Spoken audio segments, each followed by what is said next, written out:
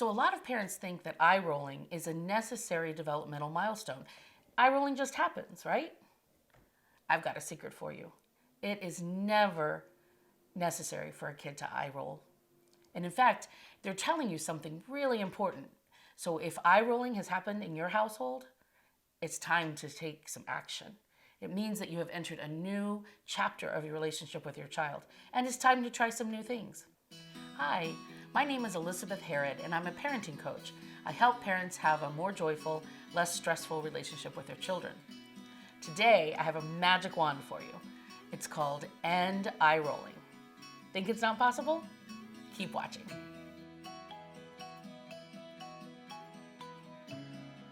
What do you think makes kids want to roll their eyes at you? Why is it happening? So when I'm working with parents, I often find myself telling a story. So today I'm going to tell you the story of when my son decided he didn't need to wear a bike helmet when he was biking through a busy street in our town here in Ithaca, New York.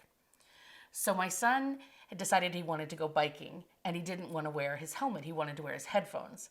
And of course, I, as his parent, said, well, you have to wear your helmet until you get on the trail. And then you can take your helmet off and put on your headphones.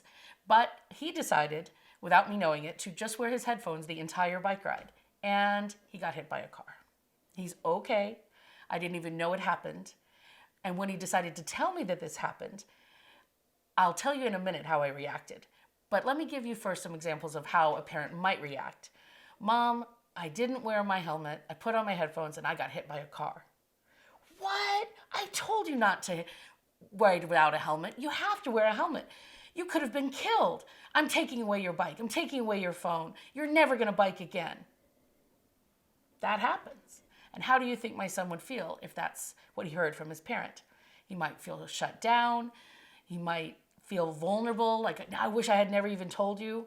He might roll his eyes at me. I know you told me, Mom, right? We've all seen it. Let's try it again.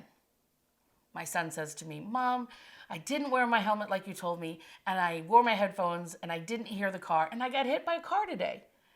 Oh my goodness, are you okay? Are you hurt? Do you need anything from me? What did you learn? How did you feel? What will you do next time? So I could have gotten very angry at my son. I could have told him I told you so. All of those were options that were available to me, and I'd be right if I did that. It's just that my son might feel powerless and pushed into a corner and like he had nowhere to learn or grow, and he might roll his eyes at me.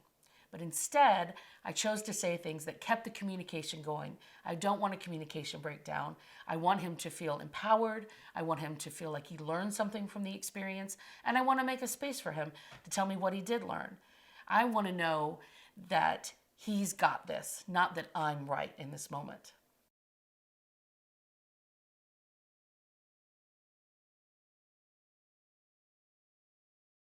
Sometimes we say all the right words, and we still get an eye roll from our kid. And then we feel like, well, I said the right things. I didn't say anything critical. I didn't say I told you so. This is what parents need to understand. Kids feel what we're feeling inside, not just the words that we say. So we can't just say words if we're feeling a different way inside, because our kids will know it. So the trick here, parents, is to really get in touch with the feeling of, I know you have this. I trust you to learn something from this experience. I know you can do it differently next time. And it may take a few times of making mistakes before they really learn that lesson, but your belief in them, that they know that they have this, is very different than making kids feel like they are powerless and like you're judging them and they're going to get a punishment and something bad is going to happen because they told you this thing.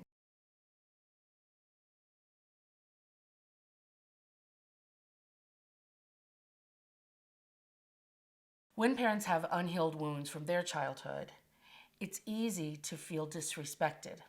And so sometimes our children say things and we instantly, a moment of feeling disrespected comes into our consciousness. That's a moment to take a deep breath and say, I'm safe. My child is separate from me and I respect myself. And then continue the conversation with your child.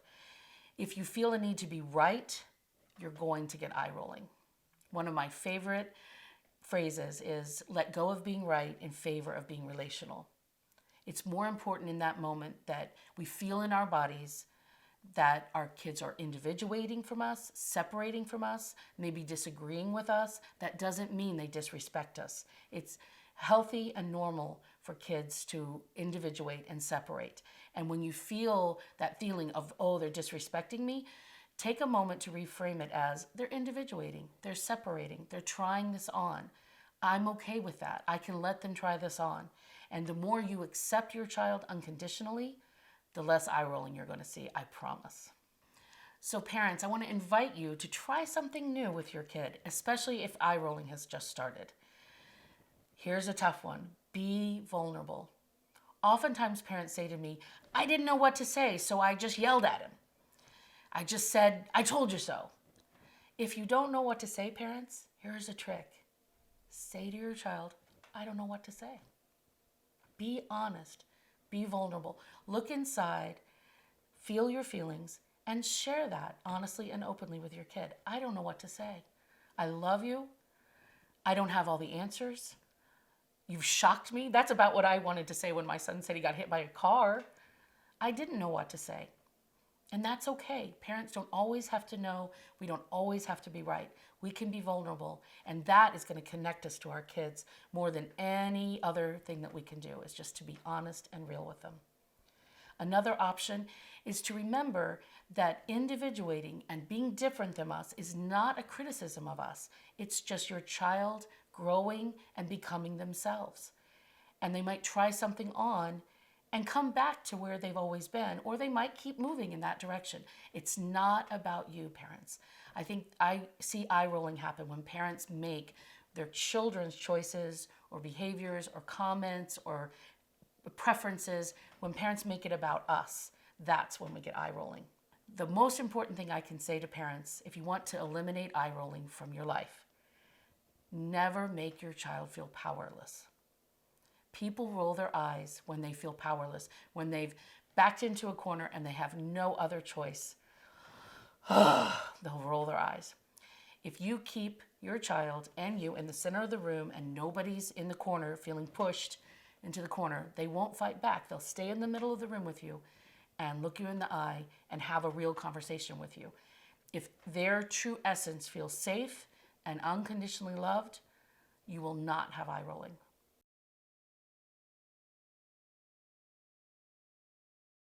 Parents, if you want to parent in a way that you'll never see any eye rolling, or if eye rolling has just started at your house and you're ready to try something new so it stops, here are some tips. Number one, think about when you talk to your children. Think about yourself first. Am I grounded? Am I centered? Am I feeling safe? Am I feeling my own self-respect and self-compassion? And if you're feeling dysregulated, anxious, fearful, nervous, if your self-esteem is a little bit low, it's not the right time to talk to your child about something hard. And also in terms of when, think about your child's timing. If they're in front of friends, it might not be the time to bring up a tricky subject. If they're stressed and feeling low, if they've just been criticized by a coach or a teacher and they're feeling low, it's probably not the right time to bring up a tricky topic. Then think about how you say it. How you say it is very important. Body language, tone, volume, the words we choose, all of those are very important if we want to have the kinds of conversations with our kids that don't lead to eye rolling. And lastly, think about what you're believing when you talk to your kids.